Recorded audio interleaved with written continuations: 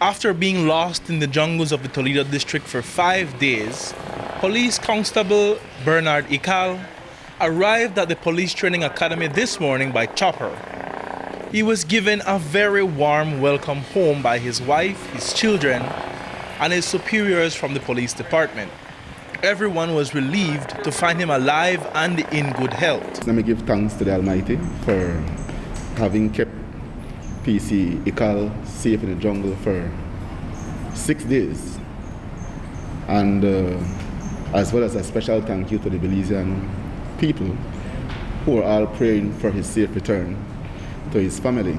It was a trying and sad time for us to know that while some of us were in our bed every night sleeping well, that the officer was out there in the wilderness alone. I feel grateful and thank to God that I made it back alive to them.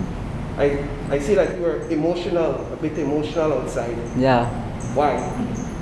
Because out there in the jungle being alone is very sad and it's the worst day of your life. So, how did he get separated from the BDF soldiers he was patrolling with? We know that on Wednesday of last week, PC Ical arrived at Machakila camp, having walked quite a distance. And upon arrival there, they were told that they need to evacuate due to the storm that was imminent.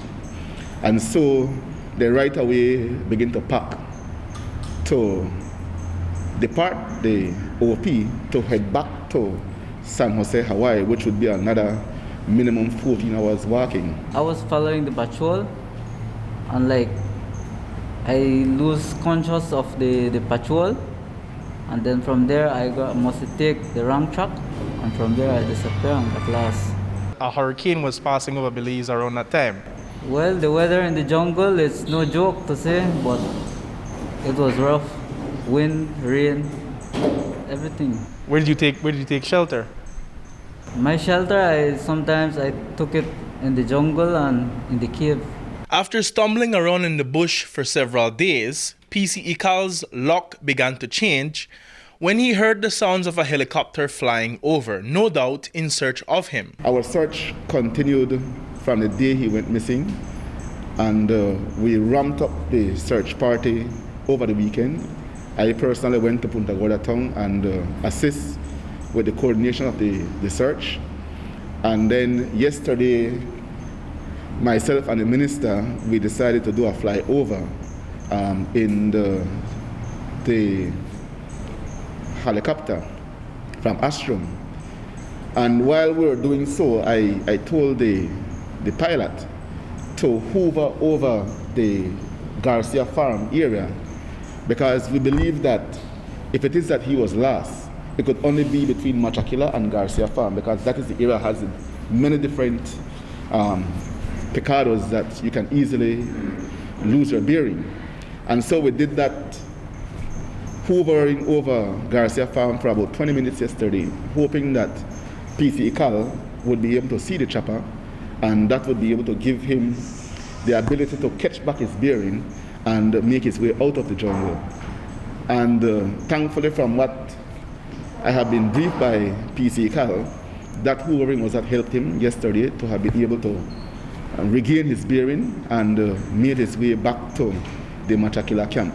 When I heard the helicopter, I knew he was going to one direction, to Machakila.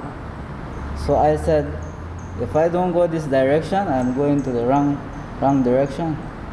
So the best way is to head to that place where the chopper takes off, and maybe I can find my way.